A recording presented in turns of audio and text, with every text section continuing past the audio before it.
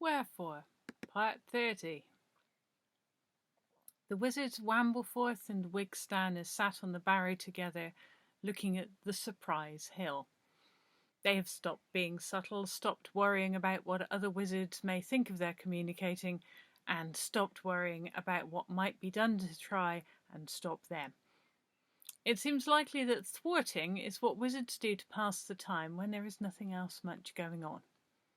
In the last weeks, rare has been the day when the wizards haven't spoken to each other by esoteric means.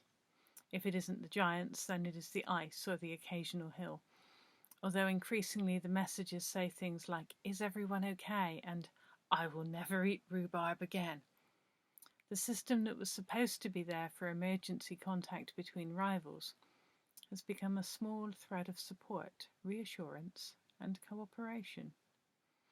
At which point, sitting on a barrow with another wizard does not seem like such a terrible transgression. It is a good spot for looking at the hill, and there is something to be said for sharing the confusion that the hill causes. Traditionally, Stonehouse is flat and in the Severn Vale, except now sometimes at night it is a hill. All the same roads, buildings, trees and fields exist, and if one is brave enough to walk through, the experience is much as ever, only not flat. Sometimes at night the land bubbles up now, and none of the wizards know why. It is a very large thing to have happen, and it does not fit with anything they know.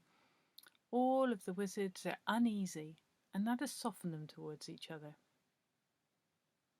"Maybe there was a hill there once before the last ice age," says Wigstan, while offering biscuits to Wambleforth. "Which begs the question of why now, and also why only sometimes." "Oh, that's 2 questions. Is it harmless?" Wigstan asks, "because I think 3 is a better number of questions to ask." Wambleforth has an apparently bottomless thermos of hot chocolate, and Wigstan has taken a very similar approach to the biscuits. One of his pockets is full of raw peanuts, because you never know when you might run into a badger. He has considered offering Wambleforth raw peanuts, but so far hasn't. "There's an urgency to all of this," says Wambleforth. "It's coming from somewhere, but I've got no sense of where it's going. But that could be me. Looking at the future isn't my strong point." "Well, exactly," says Wigstan, looking at the future.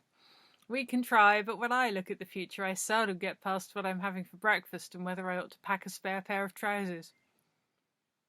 "Personal future isn't so hard," Wambleforth agrees. "It's the large-scale stuff, the great uncertainties that act on the weave, the enormities made suddenly out of 1,000 tiny gestures. I wonder if the weaver—" Wambleforth pauses, wonders what to say. "I wondered what you weren't telling me," Wigstan says, sounding unoffended. "I always think it's interesting what we don't tell each other. I've told you, or at least indicated, that I get premonitions about what fate has in store for my trousers, but there are so many things I haven't told you, like about the hazel tree I had a crush on when I was 15, or how I was obsessed for a while with the enchanted root vegetables of Thrupp, although I've told you now, but I expect there are plenty of other things you'd rather not hear about if it came down to it." "I should have told you," Wambleforth says. "Sorry." They sit in silence for a while, and Wambleforth is trying to work out what to say about the weaver. Wigstan is trying to work out which of his many adventures is the least presentable to a sympathetic audience. He comes to the conclusion that Wambleforth would least enjoy the stories from his time when he went to live with owls, because the bits with the lice and the being poisoned are especially unpleasant. There are some terrible tales from his pre-wizard days when he woofed his way across Europe disguised as various different breeds of dog. At least these stories are funny from a safe distance. "I've met the weaver, they definitely exist," Wambleforth says, cautiously. "Which means the whole story about the 7 wizards is rubbish? Not that the weaver is a wizard exactly, I think. I mean, it depends on your definition. But if your definition is a person who can do a lot of magic in a deliberate way, then the weaver is a wizard, and a very powerful one at that." "What sort of person is the weaver?" Wigstan asks. "How do you feel about them?"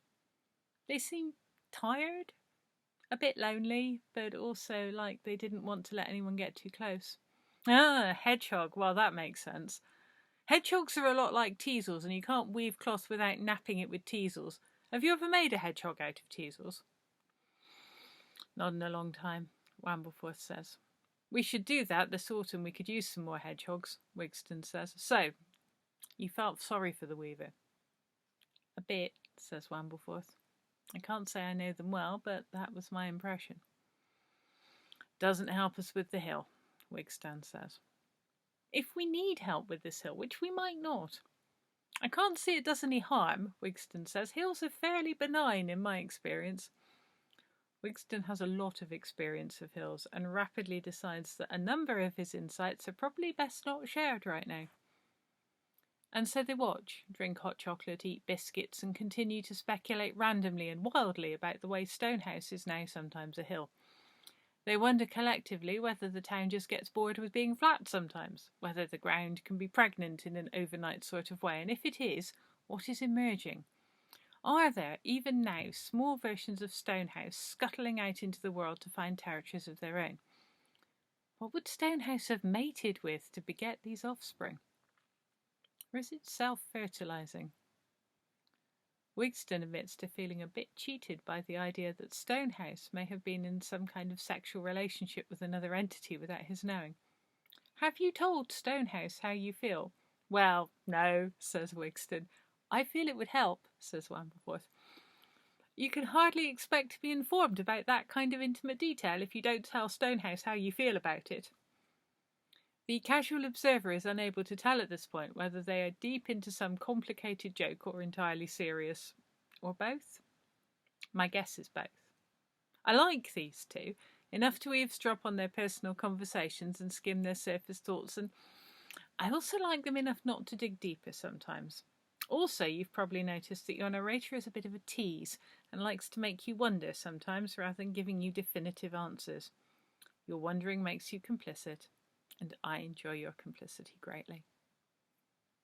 This in turn is all connected to the way in which reality works, namely that we are all involved moment to moment in the exciting process of co-creating everything. Your thoughts and dreams, your wondering and pondering are intrinsic to the life of the story, and to all things. Your beliefs will be part of what shapes all our futures. As a consequence, it is really important that I don't just tell you how everything is. I could, but in doing so, I would steal richness from the world for the sake of furthering my own power and influence. But I am the one person in the story who can see something of the future, and I know if I insist too hard on making a future out of my own assertions, it will be a sad and narrow thing. As I've said before, your role in all of this is vitally important. And yes, I am within the story even as I comment on it, as some of you have noted. I may be getting less subtle about all of that. Wambleforth is right. There is an urgency to all of this, and we need to ask where that urgency comes from and where it might be trying to take us, and whether we want to go along with all of that. This hill, then. This hill that comes and goes in the night, stretching parts of Stonehouse into the curve of a small, pregnant land bump. How? Why? Wherefore? Although it is so often the case, the most useful thing to ask would be who. Understand who is doing something, and all of the other questions are more easily tackled. Often when looking for the centre of a thing, we might find the person causing it is quite literally in the middle. Measure the hill carefully or observe it from over a few nights, and you will find the shape of it varies, and that the centre point is always the same house. And in that house lives a gentleman by the name of Orion Jenkins. It is Orion who turns into a hill sometimes, curving all of Stonehouse around himself. He does this in his sleep and is at present wholly unaware of his impact. His tides are personal and do not relate to the moon. He is without a doubt the strangest and most unlikely were-being to enter onto this stage so far. His shape-shifting defies geography and logic and laws about conservation of mass. But if you wanted your magic reasonable, you have come to the wrong place.